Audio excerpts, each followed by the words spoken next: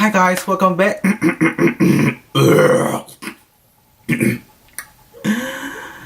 Hi guys, welcome back to my channel, or should I say my network, my net worth. You don't want to get this network. Anyway, hi guys, welcome back to my channel. So I'm back and I'm going to review Tyler Perry's Acrimony starring Taraji P. Henson. And it was like a thriller, and it was kind of like right off the bat, I'm gonna give it out of a scale from 0 to 10, 10 being the best. I'm gonna give it a 8.97652.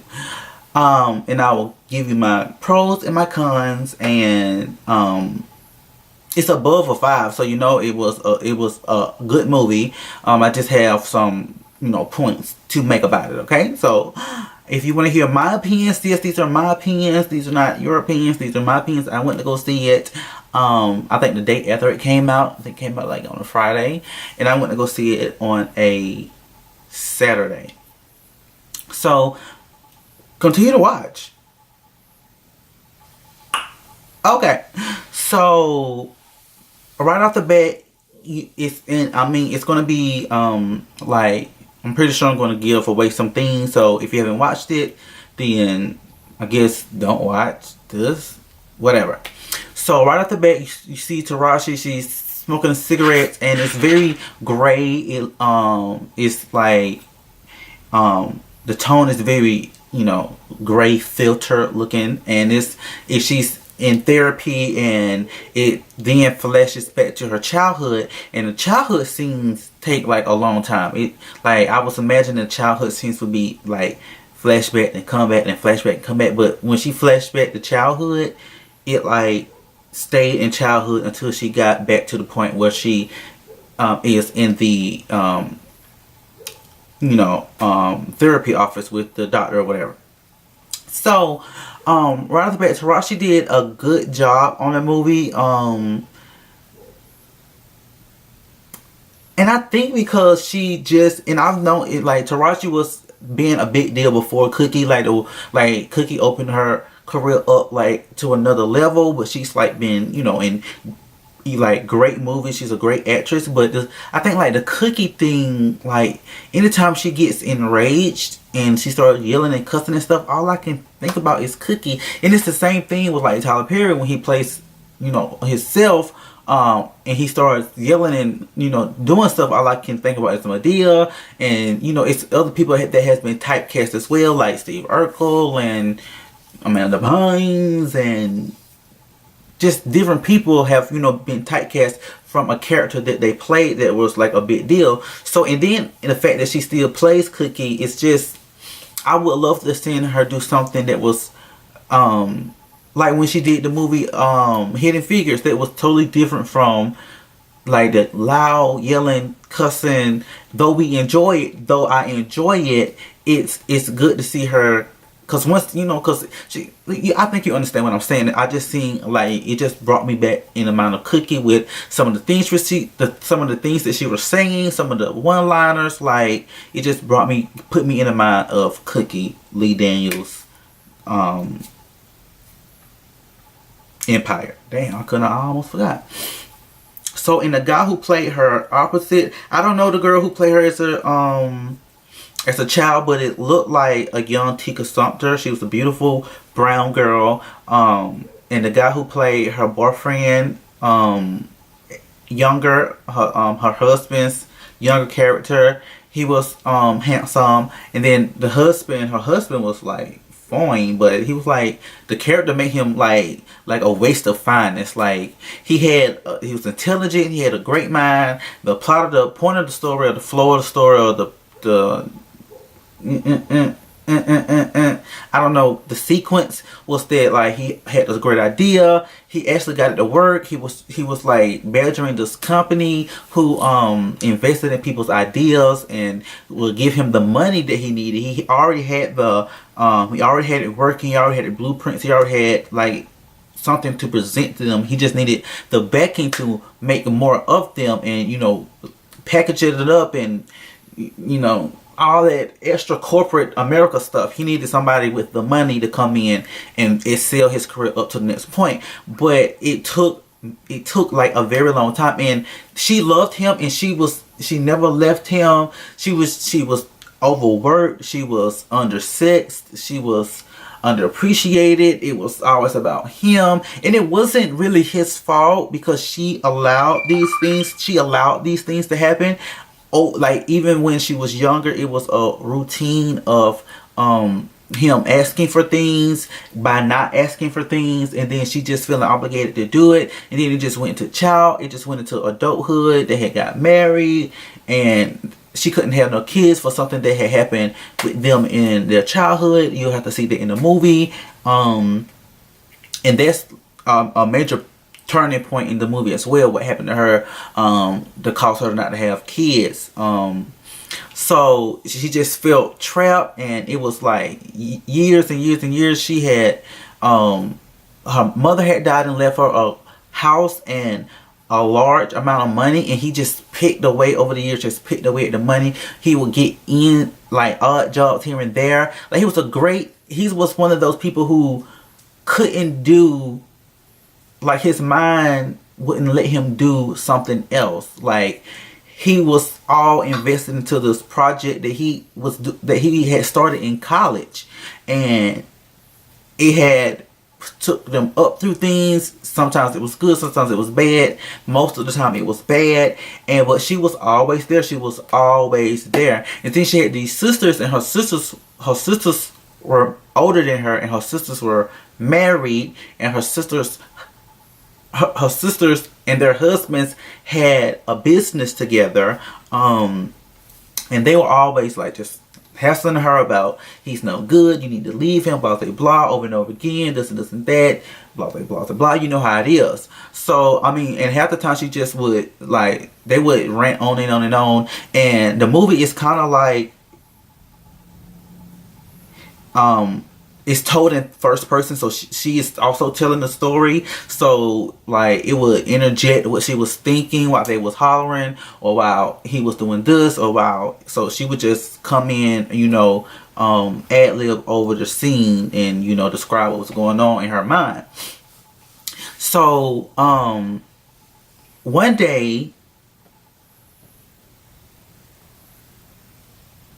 and I don't even know if I'm reviewing the movie, because I'm basically telling you like what happened in the movie. Because I guess like honestly, I feel like a review would be like, it was a 8, go see it review. But you got to give like hints and dints and stuff like that. But in a way, she had thought he was cheating on her. And that's the thing, like everything that happened to her was her own fault, and in her head she had things going on in her head. She was diagnosed at the end, and I can't remember if it was like multiple personalities or schizophrenia or bipolar or something like that, but she was diagnosed at the end of the movie. And anyway, she had asked for a divorce. Like it came to a point where she couldn't take it no more, so she had asked for a divorce. And I mean, and she kind of went on about her life. She had started dating someone else, but he had anyway, the invention that he came up with had finally made it off, and he became almost a billionaire. He became almost a billionaire. And he had gave her, he had took all the money that her mother had, her parents or her mother had left her or whatever. So he came back and gave her a huge amount of money, and did something else to appease her brother and her sisters and her brother-in-laws for something that he did to the family before that. So he came back, even though they were divorced, and gave her a lot more money than that she gave him over the years. A lot more money. I think it could have been a lot more. Like the amount of money that he had, he could have gave her a lot more money than what he gave her. But that did not matter to her. Like she was pissed off. He was doing well. He was now dating, and then the person that he was dating had something to do with like back in their childhood, which made things worse. So it was just, all of it was just, things was just happening wrong Like things were just going wrong back to back to back, and you felt sorry for her. You felt sorry for her throughout the whole movie, like. But you felt so. It went from you feeling sorry because she was stuck in a situation, and you was like, "Girl, you need to leave, like leave." And then towards the end, you felt sorry because you knew something was wrong with her, and you like, "Girl, you need to go get some help." And then with him, you didn't feel sorry for him at the beginning. Well, you did when they was in college, and then because he had went through some things and stuff like that. And then towards the end, you felt really sorry for him because like he couldn't get that girl off him. It was like Fatal Attraction, like the black version of Fatal Attraction. But they were married. But like the things, like it was crazy. It was crazy. And like it was a good. I mean, it was a good storyline. It flowed. It didn't go off into many different things. Like I said, the childhood scenes like really went on too long. Like when she was young, like I feel like they should have wrapped that up. Like I won't say half of the movie was her when she was a child, because then it wouldn't really star her. It would be like co-starring the young girl. But I would say maybe, let me see how long the movie was. Come on, Google. Oh my God. Okay, it's 120 minutes, so that's an hour and there's 2 hours, right? Because an hour is 60 minutes, and 60 to 100 is 40, and then there's 20 more, so there's 60, so there's 2 hours. I may be wrong. Like when I went to Spartanburg Methodist and got my degree in associates in art, they didn't teach me nothing about subtracting time in minutes. Or hell, in the analog clock or whatever that thing is called. But anyway, I would imagine like maybe a good 30 to 45 minutes was like her as a child and him as not like a child but a teenager, and in college age, high school and college age. And I just thought that could have just been, they could have wrapped up, like they could have sped that up. And then towards and it was, some of the shots were, you could tell with green screen, because I'm not sure, did they shoot it on his lot? Let's see where they shot it at. Okay, it was shot in Pittsburgh and Atlanta. Okay, so maybe they just like, you can tell like in some of the scenes where it was just like two people, or like outside scenes, like the background just wasn't, it was backgroundy, but it just wasn't a background, you know what I'm saying? I keep looking over here because this is where my monitor at, and like I'm killing the girls today, like, and I don't know like why, but I'm living for it. Hey, the budget was 20 million, and then it made 2.8 million. I guess that's the first weekend, so it made the money back. Oh Lord, Rotten Tomatoes only give it a 28%. IMDb only give it a 4.8 out of 10, and Rolling Stones give it a 1 out of 4. But 91% of Google users like this, put that they like this movie.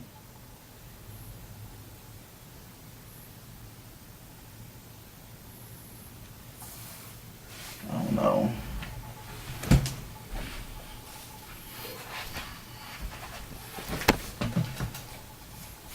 Like I was saying, 91% of Google users like this movie. So 91% of the people who voted liked it. So that lets you know the critics aren't shit, really.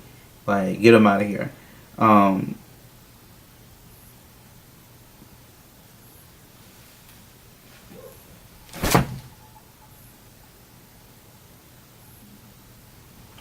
Damn, it's a fly in here. I feel like Nene Leakes. But nonetheless, I liked it. Some of the CGI could have been better. Like like I said, some of the green screen stuff could have been better. I don't know if they shot it on a plot, because you know Tyler Perry got that plantation out there that they shot.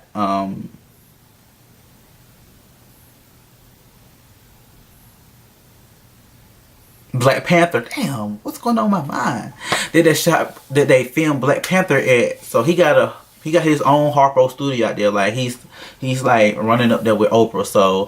So I don't know what was going on, but that didn't really take away from the movie. I'm just giving you I'm taking away from the movie. They didn't take away from like how good the movie was, but it was a really good movie. Taraji P Henson like did her thing, and I didn't get to see Proud Mary. And then when I went to see it, I was thinking, I was like, what a fight in it.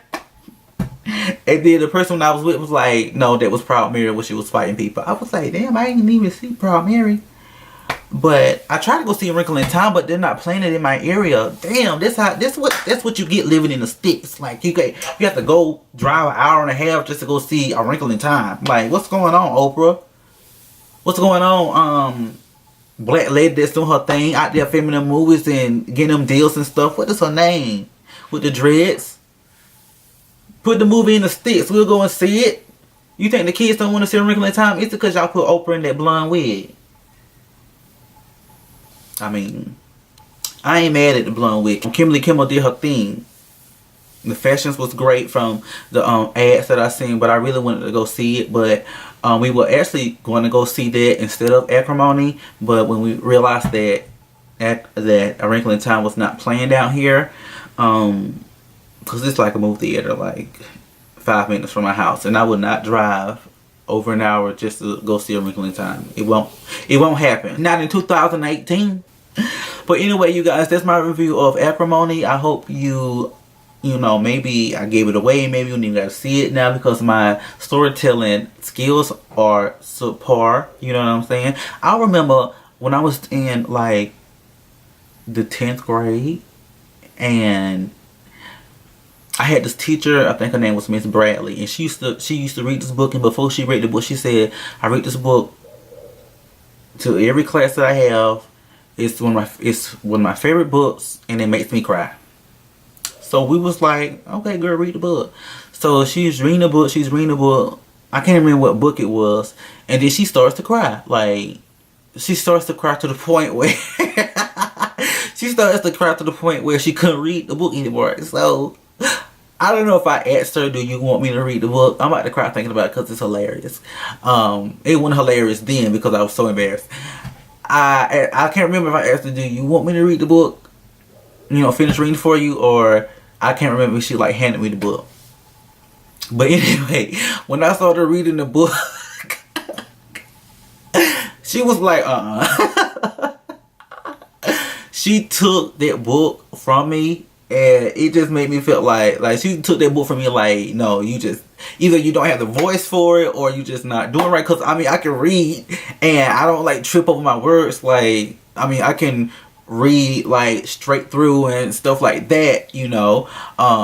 I mean, I would like to proofread it first so I don't like make a fool of myself, because even if you can like write and spell and got a high school diploma and went to school and got a college degree, anytime you trip over words when you're reading in front of people, even if you read a damn Bible, you just be like, God damn, I look stupid up here tripping over and not reading and pausing on the commas and stuff like that. So she had really did something to my self-esteem, and I'm really realizing it right now. And I should email that hoe and let that bitch know how she got me feeling out here like 10 years later. I'm not a shy person, but like before I pull this camera out, I'm gonna say this, I'm gonna say that, because I'm the shit and it's gonna be funny. And then when I get on here, I totally forget what I thought about, and I don't know, it's just like the pressure, and I think it's Mr. Bradley's fault. So I think I know who.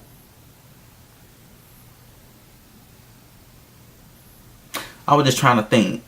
Do she still work at that school? I'm gonna have to go look online and look at the school and see, can I find a name, and I'm gonna send an email and be like, this is how you done make me feel, and I just realized this yesterday, and you're the root cause of why I be tripping over my words. I didn't have a problem until I had your class, and you was an English teacher. Let me get out of here.